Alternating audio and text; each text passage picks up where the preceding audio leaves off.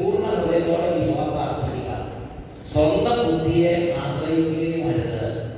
നിന്റെ എല്ലാ പ്രവൃത്തികളും ദൈവവിചാരത്തോടെ പറഞ്ഞാൽ ഇത് ദൈവത്തിന് നിരക്കുന്നതാണോ അന്നേത് നോക്കണം. അതിന് ദൈവത്തിനനുസരിച്ചാണ് അത് നോക്കിയാൽ മതി. ഏത് ചിന്ത വന്നാലും, ഏത് വാക്ക് വന്നാലും, ഏത് വിചാരം വന്നാലും ഇത് ദൈവത്തിന് നിരക്കുന്നതാണോ നമ്മുടെ മനസ്സിൽ തന്നെ നമ്മൾ നോക്കണം. അതാണ് ദൈവവചനമാകുന്ന തൂക്കുകടയിൽ പിടിച്ചു നോക്കണം. ആ സ്റ്റേജിൽ നിന്ന് പിടിച്ചു നോക്കണം. ഇത് ദൈവവചനത്തിന് നിരക്കാത്തൊരു ചിന്തയാണെങ്കിൽ വേണ്ട. ഇപ്പോൾ വിശാഖത്തെ ദൈവവചനത്തിന് ദൈവത്തിന് നിരക്കാത്തതാണ് അപ്പത്തിന് അന്വേഷിക്കുന്നത്. അങ്ങനെയാണ് വചനം വായിച്ചോല്ലേ എന്നുള്ളത്. നിന്റെ എല്ലാ പ്രവൃത്തികളും ദൈവ വിചാരത്തോടെ ചെയ്യുക. അപ്പോൾ നീ കർത്താവിന് പ്രിയകരനായി വരും. നിനക്കുള്ള വഴി കർത്താവ് കാണിച്ചു തരും. നിനക്കുള്ള വഴി ആര് കാണിച്ചു തരും?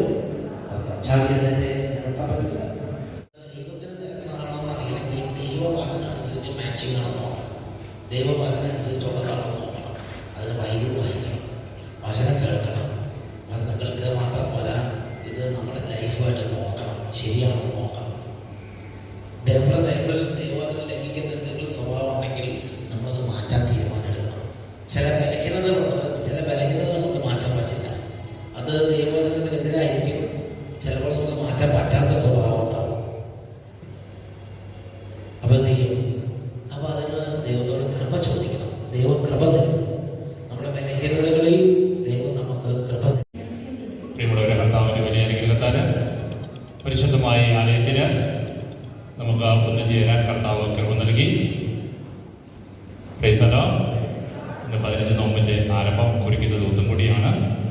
മാതാവിന്റെ സ്വർഗ്ഗാരോഹണ തിരുനാളിന് വേണ്ടി നമ്മൾ ഒരുങ്ങുമ്പോൾ 15 നോമ്പിന്റെ ആരംഭം കുറിക്കുന്ന ദിനം കൂടിയാണ്. ഓർമ്മിച്ചെന്ന് മാത്രം. അവർക്ക് പറഞ്ഞേ ഹല്ലേലൂയ. തുറന്ന് പറഞ്ഞേ ഹല്ലേലൂയ. യേശുവേ നന്ദി, യേശുവേ സ്തുതി. സങ്കീർത്തനങ്ങളുടെ പുസ്തകത്തിൽ 71 സങ്കീർത്തനത്തിന്റെ 2-ാമത്തെ തിരുവചനം ഒരു പ്രാർത്ഥനയാണ്. സങ്കീർത്തനം 71:12. അവിടെ ഇപ്രകാരമാണ്: ദൈവമേ, എന്നിൽ നിന്നും അകന്നിരിക്കരുത്. എൻ്റെ ദൈവമേ, എന്നെ സഹായിക്കാൻ വേഗം വരണമേ. ദൈവമേ, എന്നിൽ നിന്നും അകന്നിരിക്കരുത്.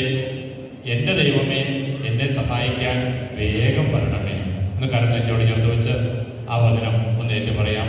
ദൈവമേ, ഒന്ന് ഹൃദയത്തിൽ വിളിച്ച്, ദൈവമേ, എന്നിൽ നിന്ന് അകന്നിരിക്കരുത്. എൻ്റെ ദൈവമേ, എന്നെ സഹായിക്കുവാൻ വേഗം വരണമേ. Hallelujah, hallelujah, hallelujah. കർത്താവേ, എന്നെ സഹായിക്കാൻ വേഗം വരണം. ഈശോയോട് പ്രാർത്ഥിക്കുക.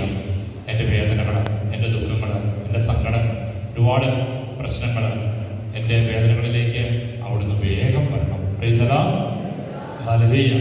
നമ്മളിപ്പോൾ ഒരു പാട്ടുപാടി ദൈവത്തെ ആരാധിക്കാൻ വേണ്ടി ഒരുങ്ങുകയാണ്. അതേ തുടർന്ന് നമ്മൾ ഏതാനും മിനിറ്റുകൾ വചനം കേൾക്കും. വീണ്ടും പട്ടാരിച്ചാൽ തന്നെ തിരിച്ചു വരും. Price the Lord. സർവ്വത്തെ പറഞ്ഞ ഹല്ലേലൂയ. നമുക്ക് നമ്മുടെ എഴുന്നേറ്റ് തന്നാലോ? നമ്മുടെ എഴുന്നേറ്റ് തിരിക്കുന്നവർക്ക് ഇച്ചിരി ബുദ്ധിമുട്ടുണ്ട് എഴുന്നേക്കാൻ. അല്ലെ, എന്തെല്ലാം കാര്യങ്ങളാണ് പഴയ നിയമത്തിലൂടെ പ്രവാചകന്മാരോടെ ദൈവം നേരിട്ട് ഒക്കെ ചെയ്യുന്ന എന്തുമാത്രം കാര്യങ്ങൾ നമ്മൾ കാണുക. പുതിയ നിയമത്തിലേക്ക് വരുമ്പോൾ യേശു ക്രിസ്തു ഒരുപാട് കാര്യങ്ങൾ ചെയ്ത് നമ്മൾ കാണുന്നുണ്ട്.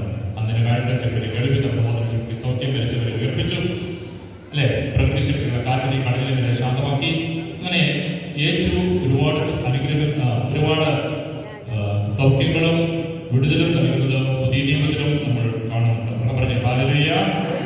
പ്രിയമുള്ളവരെ, ബൈബിളിൽ നമ്മൾ വായിക്കുന്ന ഓരോ അത്ഭുതങ്ങളും അടയാളങ്ങളും താൻ ആരാണ് എന്നുള്ളത് ദൈവം പ്രഖ്യാപിക്കുകയായിരുന്നു. Price the Lord. ബൈബിളിൽ കാണുന്ന ഓരോ അത്ഭുതങ്ങളും, പഴയ നിയമമാകട്ടെ പുതിയ നിയമമാകട്ടെ, ദൈവം ചെയ്ത ഓരോ അത്ഭുതങ്ങളും എന്നുള്ളത് യേശു ദൈവജനത്തിന് മനസ്സിലാക്കി കൊടുത്ത നിമിഷങ്ങളായിരുന്നു, സംഭവങ്ങളായിരുന്നു. പറഞ്ഞ ഹല്ലേലൂയ. സർവ്വത്തെ പറഞ്ഞ ഹല്ലേലൂയ. യേശുവേ നന്ദി, യേശുവേ സ്തുതി. ദൈവമേ നന്ദി, ദൈവമേ സ്തുതി. വിശുദ്ധ മർക്കോസിന്റെ സുവിശേഷം 8-ാം അധ്യായത്തിലേക്ക് വരുമ്പോൾ യേശുവും ശിഷ്യന്മാരും ഒരു വഞ്ചിയിൽ യാത്ര ചെയ്യുന്ന രംഗം ബൈബിളിൽ നമ്മൾ വായിക്കുന്നുണ്ട്.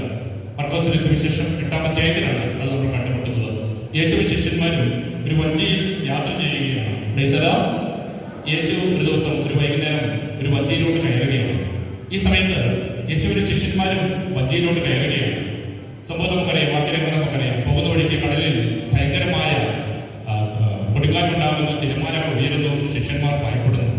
യേശു അമരത്ത് തലവച്ച് ശാന്തമായി കിടന്ന് ഉറങ്ങുകയാണ്. ശിഷ്യന്മാർ നിലവിളിച്ച് കരയുന്നു. അവർ യേശുവിനെ തട്ടി ഉണർത്തുന്നു.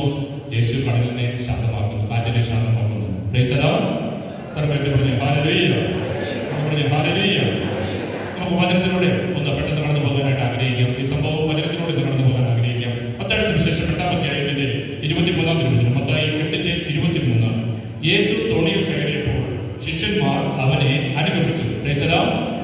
യേശു തോണിയിൽ കയറിയപ്പോൾ ശിഷ്യന്മാർ അവനെ അനുഗമിച്ചു.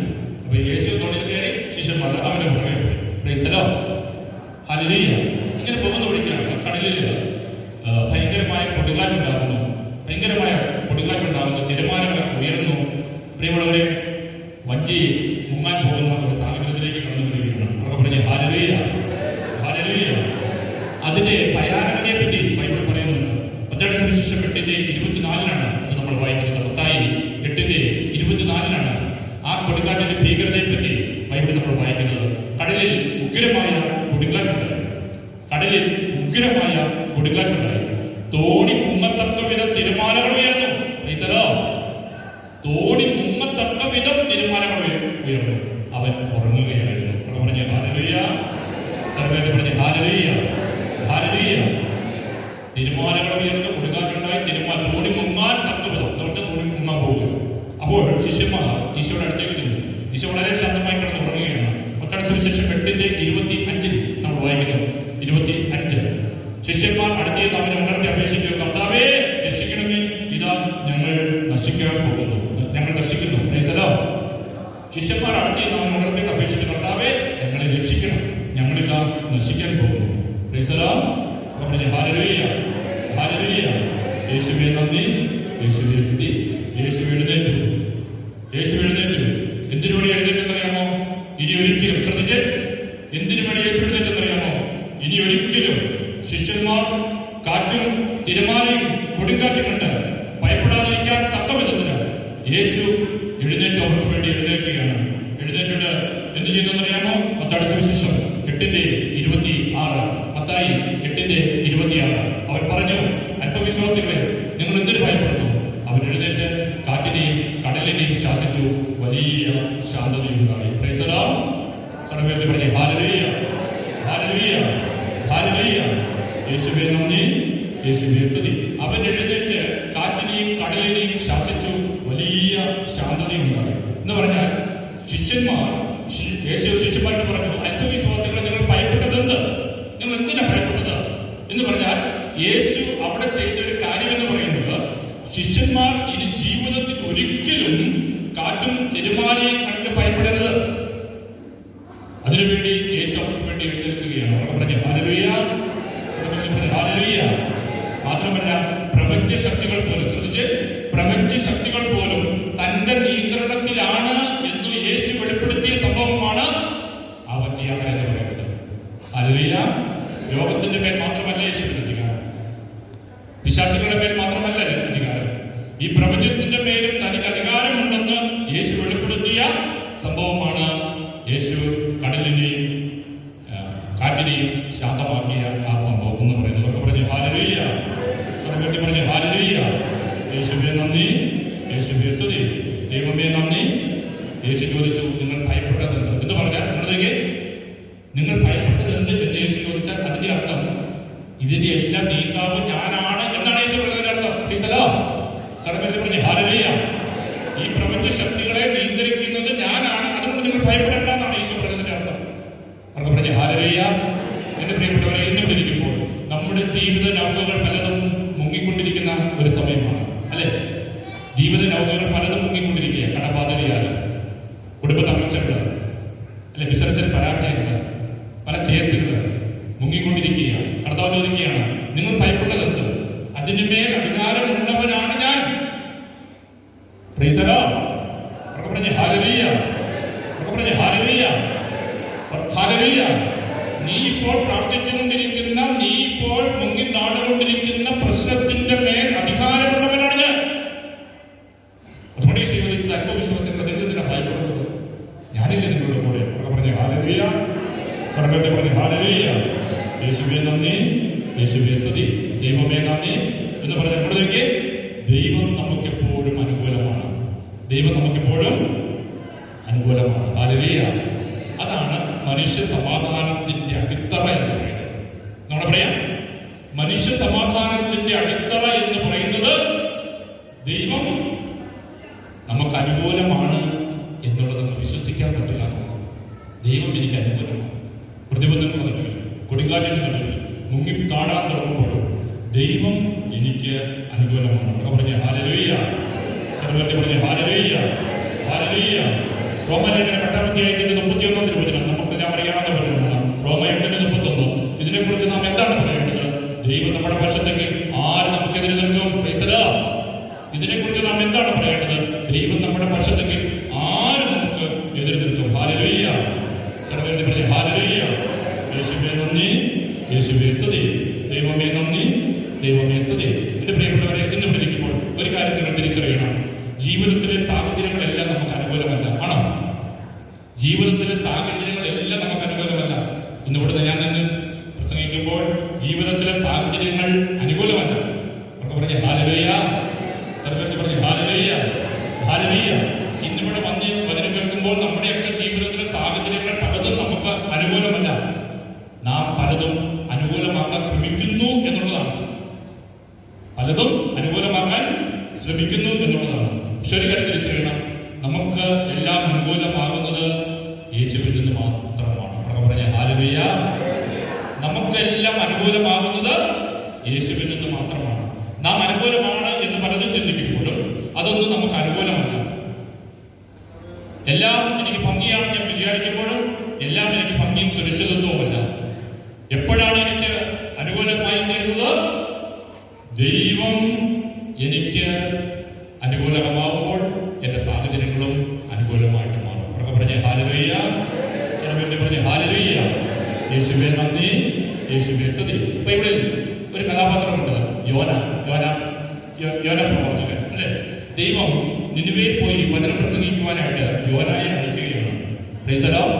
അവർക്ക് പറഞ്ഞ ഹല്ലേലൂയ, ഹല്ലേലൂയ. ദൈവം പറഞ്ഞയക്കുകയാണ്, നീ നിനിവേയിൽ കൊണ്ട് ദൈവത്തിന് വചനം പ്രസംഗിക്കാൻ പറഞ്ഞു. യോന കേട്ടു. യോന കേട്ടു, പക്ഷെ അനുസരിച്ചില്ല. യോന കേട്ടു, പക്ഷെ അനുസരിച്ചില്ല. യോന ഇങ്ങനെ ചിന്തിച്ചു, എവിടെയായാലും വചനം പ്രസംഗിച്ച പോലെ അല്ലെ? എവിടെയായാലും വചനം പ്രസംഗിച്ച പോലെ. ഇപ്പൊ നിനിവേയിൽ തന്നെ പോയിട്ട് വചനം പ്രസംഗിക്കേണ്ട ആവശ്യമല്ലോ. എവിടെയായാലും വചനം പ്രസംഗിച്ച പോലെ. Price the Lord. അവർ പറഞ്ഞു ഹല്ലേലൂയ. നിനിവേയിൽ തന്നെ പോകണമെന്ന് വല്ല നിർബന്ധമുണ്ടോ? ഈ ചിന്തയോടെ യോന ചെയ്തു, താർശീശിലേക്ക് കപ്പൽ കയറി. ഹല്ലേലൂയ. അവർ പറഞ്ഞു ഹല്ലേലൂയ. ദൈവം പറഞ്ഞത് എന്താണ്? നിനിവേയിലോട്ട് പോകാൻ. ആദ്യത്തെ സെഷൻ അച്ഛൻ പറഞ്ഞു വെച്ചത് എന്താണ്? ദൈവവചനത്തിന്റെ, ദൈവത്തിന്റെ വാക്കുകളെ ലംഘിച്ചാൽ അവന്റെ തകർച്ച, അവന്റെ ജീവിതത്തിൽ പ്രതിബന്ധങ്ങൾ. ദൈവം പറഞ്ഞു നിനിവേയിലോട്ട് പോകാൻ. യോന ഇങ്ങനെ ചിന്തിച്ചു, മനുഷ്യന്മാരുടെ ചിന്തിക്കുക. അവൻ കുറെ കാര്യങ്ങൾ അവന് അനുകൂലമാക്കുക. ഈ നിനിവേയിൽ തന്നെ പോകണമെന്നല്ല, പല പ്രസംഗത്തെ പോലെ എട്ടപ്പാടി സെക്യൂരിറ്റി തന്നെ പോകണമെന്ന് നിർബന്ധമില്ല. വേറെ എന്തോ സ്ഥലങ്ങളുണ്ട്. ആരാട് പറഞ്ഞു അട്ടപ്പാടിക്ക് പോകും? ഈ അട്ടപ്പാടിക്ക് തന്നെ ഈ ചൂരം കയറേണ്ട ആവശ്യമുണ്ടോ? നിങ്ങൾ പറ. അവർക്ക് പറഞ്ഞ ഹല്ലേലൂയ. നമ്മളിലേക്ക് വരും ഈ ചിന്ത. നമ്മളിലേക്ക് വരുമ്പോൾ വരുന്ന ചില കാര്യമാണ്. ഇങ്ങനെ അട്ടപ്പാടിക്ക് തന്നെ പോകേണ്ട ആവശ്യം. ഇതേ ചിന്ത തന്നെയാണ് യോനായ്ക്കും ഉണ്ടായത്. വചനമല്ലേ പ്രസംഗിക്കേണ്ടത്? അതിപ്പോ നിനിവേയിൽ പോയി പ്രസംഗിച്ചാലെന്താ, താർശീശിൽ പോയി പ്രസംഗിച്ചാലെന്താ? എളുപ്പവഴി കണ്ടെത്തി താർശീശിലേക്ക് കപ്പൽ കയറി. അവർക്ക് പറഞ്ഞ ഹല്ലേലൂയ. സ്വരമേറ്റ് പറഞ്ഞ ഹല്ലേലൂയ. കപ്പൽ യാത്ര മുന്നോട്ടേക്ക് പോയി. നടുക്കടലിൽ എത്തിയപ്പോൾ ഭയങ്കരമായ കൊടുങ്കാറ്റുണ്ടാവുകയാണ്. കാറ്റും കൂടുമുണ്ടായി. Price the Lord. കപ്പൽ മുങ്ങാൻ തുടങ്ങി. ജനം അലമുറയിട്ട് കരയാനായിട്ട് തുടങ്ങി.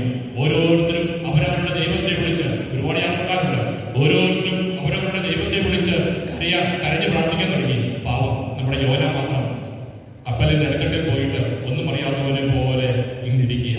യോനായ്ക്ക് കാര്യം മനസ്സിലായി, ഇത് ദൈവത്തിന്റെ പ്രവൃത്തിയാണ്. Price the Lord.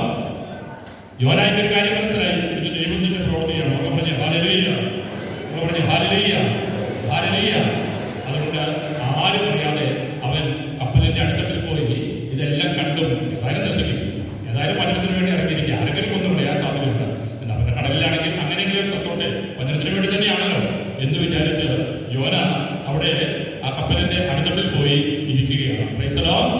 സർവ്വത്തെ പറഞ്ഞ ഹല്ലേലൂയ.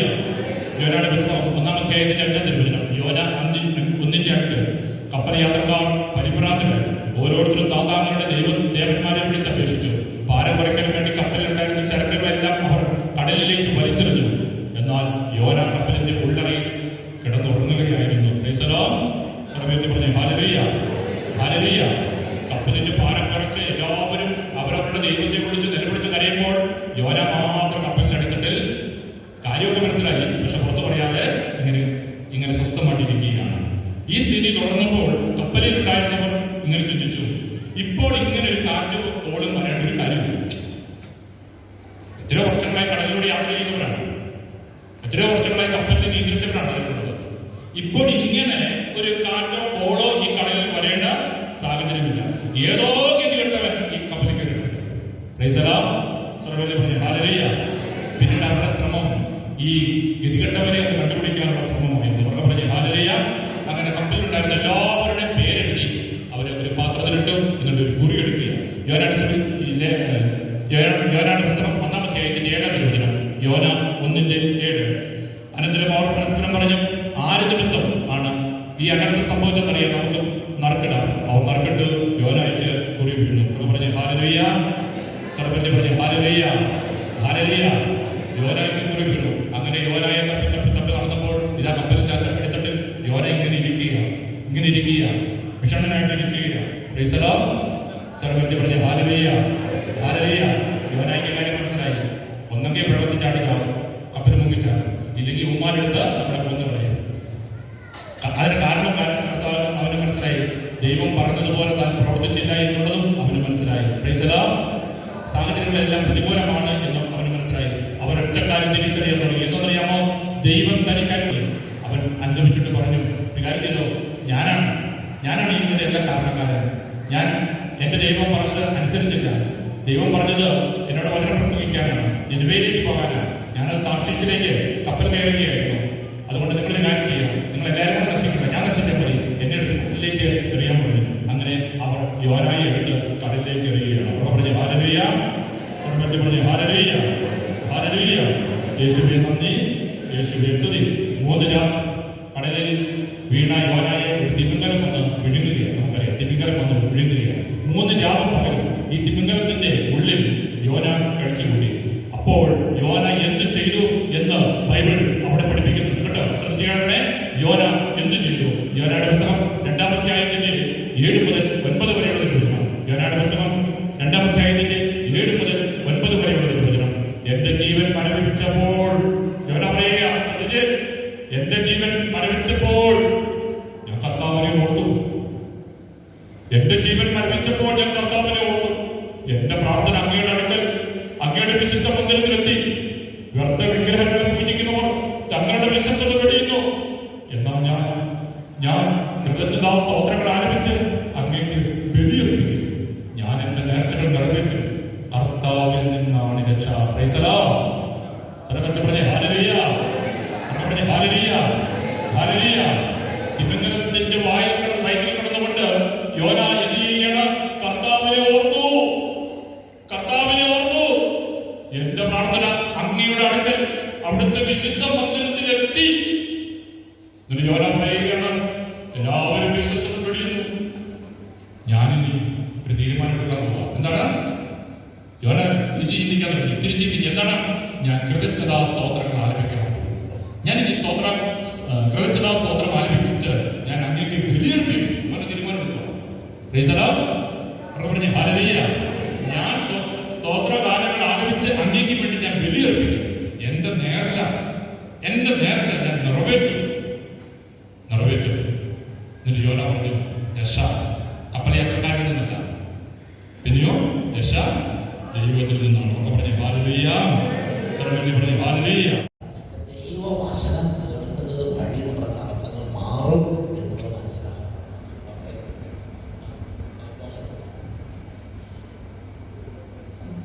എൻ്റെ പേര് അലക്സ്. എൻ്റെ അമ്മയുടെ പേര് മഞ്ജു.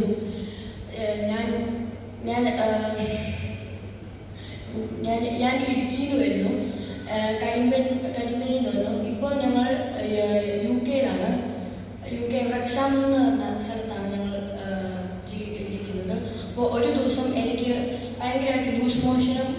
അതുപോലെ തന്നെ ഭയങ്കരമായിട്ട് ഫീവറും വന്നു. അപ്പം സൈഡ് എഫക്റ്റ് ആയിട്ട് എൻ്റെ കാലയിൽ സ്വെല്ലിങ്, വിരലുകളിൽ ഭയങ്കരമായിട്ട് സ്വെല്ലിങ്ങും വന്നു. അപ്പം എൻ്റെ കാല് കുത്താൻ പോലും പറ്റില്ല. അപ്പം എൻ്റെ അമ്മ എന്നെ ഡോക്ടറിനെ കൊണ്ടുപോയി കാണിച്ചപ്പോൾ ഡോക്ടർ പറഞ്ഞു എൻ്റെ കയ്യിൽ എനിക്ക് ആർത്രൈറ്റിസിൻ്റെ സ്റ്റാർട്ടിങ് ആയിരുന്നു. അപ്പോൾ ഞങ്ങൾ വീട്ടിലോട്ട് വന്നിട്ട് എൻ്റെ അമ്മ എല്ലാ ദിവസവും അഭിഷേകാഗ്നി കാണും. കാണുമ്പോൾ ഞങ്ങൾ നൈറ്റിൽ പ്രയർ ചെയ്യുമ്പോൾ അമ്മേനോട് ഞാൻ പറഞ്ഞു, അമ്മേ എനിക്ക് അഭിഷേകാഗ്നി, നമുക്ക് ആ പ്രയർ കഴിഞ്ഞിട്ട് നമുക്ക് അഭിഷേകാഗ്നി കാണാമല്ലോ എന്ന്. അപ്പം എനിക്ക് വയ്യായിരുന്നു. അപ്പം ഞാൻ കിടന്നു. അമ്മ നല്ല എണീറ്റിരുന്ന് പ്രാർത്ഥിച്ചിട്ട് അമ്മ പറഞ്ഞു, ഒരു വചനം കേട്ടു. പക്ഷെ ഫസ്റ്റ് ഒരു സാക്ഷ്യം പറഞ്ഞായിരുന്നു. ഒരു അമ്മച്ചിയുടെ കൊച്ചുമോൻ്റെ കാലിങ്ങനെ വളഞ്ഞിരിക്കുമായിരുന്നു. പക്ഷെ അഭിഷേകാഗ്നി പ്രാർത്ഥിച്ച് അവരുടെ കൊച്ചുമോൻ്റെ കാല് നല്ല സുഖപ്പെട്ടു. അപ്പോൾ ഞാൻ എൻ്റെ അമ്മേനോട് പറഞ്ഞു, അമ്മേ എൻ്റെ കാലിൻ്റെ സ്വെല്ലിങ് പോവുകയാണ്, ഞാൻ അഭിഷേകാഗ്നി വന്ന് സാക്ഷ്യം പറയുന്നു. അപ്പം ഞങ്ങളിങ്ങനെ പ്രാർത്ഥിച്ചുകൊണ്ടിരുന്നപ്പോൾ അമ്മ ഇങ്ങനെ വചനം കേട്ടുകൊണ്ടിരിക്കുമായിരുന്നു. ഇപ്പോൾ അപ്പോൾ എന്നെ ആരോ ടച്ച് ചെയ്ത പോലെ. അപ്പം ഞാൻ അമ്മയോട് ചോദിച്ചു, അമ്മയാണോ എന്നെ ടച്ച് ചെയ്ത്? ഞാൻ പറഞ്ഞു, അമ്മയ്ക്കറിയില്ല, എനിക്ക് സ്വെല്ലിങ് ആയതുകൊണ്ട് എൻ്റെ കാലിൽ നല്ല വേദന എടുത്തു. അപ്പം അമ്മ പറഞ്ഞു, ഞാൻ ടച്ച് ചെയ്തിട്ടില്ല എന്ന്. അപ്പം ഞാൻ പറഞ്ഞു, അമ്മ എന്നാൽ എനിക്ക് തോന്നിയതായിരിക്കും. അത് കഴിഞ്ഞിട്ട് 5 മിനിറ്റ് കഴിഞ്ഞപ്പോൾ എൻ്റെ കാലിൻ്റെ വിരലുകൾ അനങ്ങാൻ തുടങ്ങി. എന്നിട്ട് എൻ്റെ അമ്മ പറഞ്ഞു, എനിക്ക് നേരത്തെ കാല് കുത്താൻ പറ്റത്തില്ല. ഇപ്പം എൻ്റെ അമ്മ പറഞ്ഞു, എണീറ്റ് നോക്ക് എന്ന് പറഞ്ഞപ്പോൾ എൻ്റെ കാല് പതുക്കെ കുത്താൻ. അപ്പോൾ വേദനയൊന്നുമില്ലായിരുന്നു. നടന്നു നോക്കിയപ്പോൾ ഒരു വേദനയില്ല. ഇപ്പം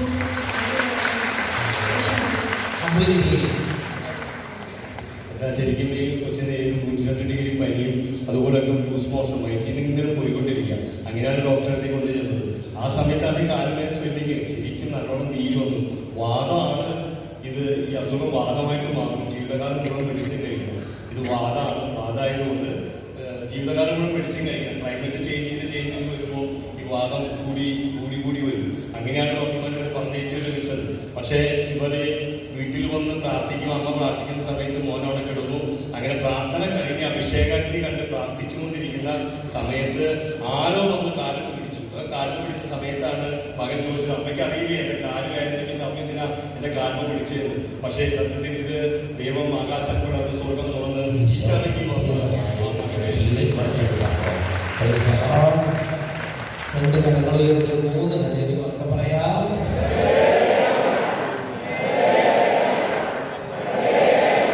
കർത്താവ് നമുക്ക് ഓരോരുത്തർക്കും ഓരോ പ്രത്യേക സാഹചര്യങ്ങളിൽ ഇതുപോലുള്ള പല ഇടപെടലുകൾ, ചെറിയ കുട്ടികൾക്കാണ് വ്യക്തിവിധത്തിൽ, മുതിർന്നവർക്ക് ഓരോരുത്തരുടെ ജീവിത സാഹചര്യങ്ങളിൽ കർത്താവ് വചനം കേട്ടുകൊണ്ടിരിക്കുന്ന സമയത്ത് ഇടപെടുന്നതാണ്.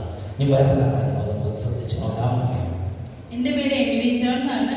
ഞാൻ പാലാ രൂപതയിലെ അന്തിനാട് ഇടവകയിൽ നിന്ന് വരുന്നു.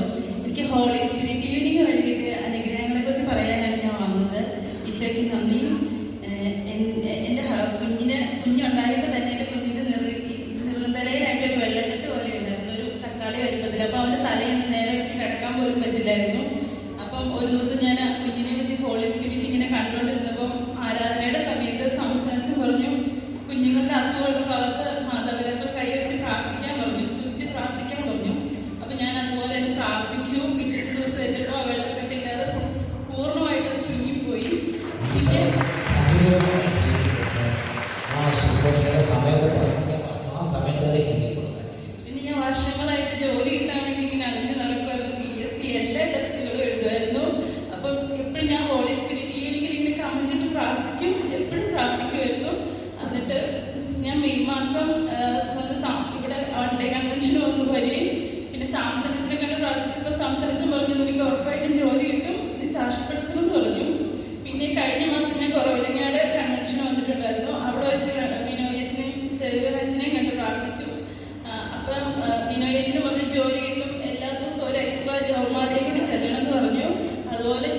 ഇന്നലെ വൈകിട്ട് എനിക്ക് അപ്പോയിൻമെന്റ് ഓർഡർ വന്നു. ഞാൻ 5-ാം തീയതി പോലീസ് ഓഫീസറായിട്ട് ജോയിൻ ചെയ്യാം. എന്റെ അനുദിന ജീവിതത്തിൽ ഇടപെടുന്ന ഈശോയ്ക്ക് 1000 നന്ദി. ഈശോ ജോലി തടസ്സം എടുത്ത് മാറ്റി കർത്താവിനെ അനുഗ്രഹിച്ചു. ഹല്ലേലൂയ. കൈകൾ ഉയർത്തി ഇന്ന് ജോലി തടസ്സം എല്ലാവർക്കും വേണ്ടി തുറന്ന് സ്തുതിക്കാം. Hallelujah, hallelujah. കർത്താവേ, ഞങ്ങളെ സ്തുതിക്കുന്നു. ഈശോ ഈ സമൂഹത്തിൽ ജോലിയുടെ ജോലികൾ മാറി അനുഗ്രഹമുണ്ടാകും. കർത്താവേ, hallelujah. Price the Lord. Hallelujah. എൻ്റെ പേര് ലീല. ഞാൻ വില്ലട പള്ളിയുടെ വഴിയിൽ വരുന്നു. എൻ്റെ മകന് വേണ്ടിയാണ് ഞാൻ പറയുന്നത്. അവൻ 15 വർഷമായി കേസിനും ഒരു കാറിൻ്റെ കേസായിട്ട് നടക്കാൻ തുടങ്ങിയിട്ട് അവസാന ദിവസം ഇപ്പോൾ പറഞ്ഞു മജിസ്ട്രേറ്റ് മാറി. അവരാണെങ്കിൽ എല്ലാവരെയും ശിക്ഷിക്കും. അപ്പോൾ ശിക്ഷിക്കണ കാരണം ഗ്രാമത്തിൽ ഞാൻ എന്നോടും കൂടി വരണമെന്ന് പറഞ്ഞു. ഞാൻ പോയി. അവിടെ ചെന്നപ്പോൾ അയാൾ പറഞ്ഞു വക്കീൽ പറഞ്ഞു എന്തായാലും ശിക്ഷിക്കുന്നു. ഞാൻ അവിടെ കോടതിയിലെ വരാന്തയിലിരുന്ന് 1:30 വരെ ഇരുന്ന് പ്രാർത്ഥിച്ചു. 1:30 വിളിച്ചു കഴിഞ്ഞപ്പോൾ വക്കീൽ പറഞ്ഞിട്ട് ഇത് ഒരു തെളിവില്ല, അതുകൊണ്ട് തള്ളിപ്പോയി. ദൈവമേ സംസ്കരണം, ദൈവമേ കോടതിയുടെ വരാതിരിക്കാൻ എന്നിട്ട് പറഞ്ഞത് വാക്കുണ്ട്. ഈ കേസ് തള്ളി പോവുകയാണെങ്കിൽ ഇവിടെ വന്ന സാക്ഷ്യം പറയാൻ നേർന്ന് പറഞ്ഞ ജഡ്ജിമാർ വന്നു. ഉടനെ തന്നെ കേസ് തള്ളിക്കണം. 15 വർഷം. എത്ര വർഷമായി? 15 വർഷം. അത് അവരെല്ലാവരെയും ശിക്ഷിക്കുമായിരുന്നു. ഒരു മേടമായിരുന്നു. അവരെല്ലാവരെയും ശിക്ഷിക്കും. അവർക്ക് കോടതിയിൽ വക്കീലന്മാർക്ക് അതിശയം ഇങ്ങനെ വിട്ടേ. Price the Lord.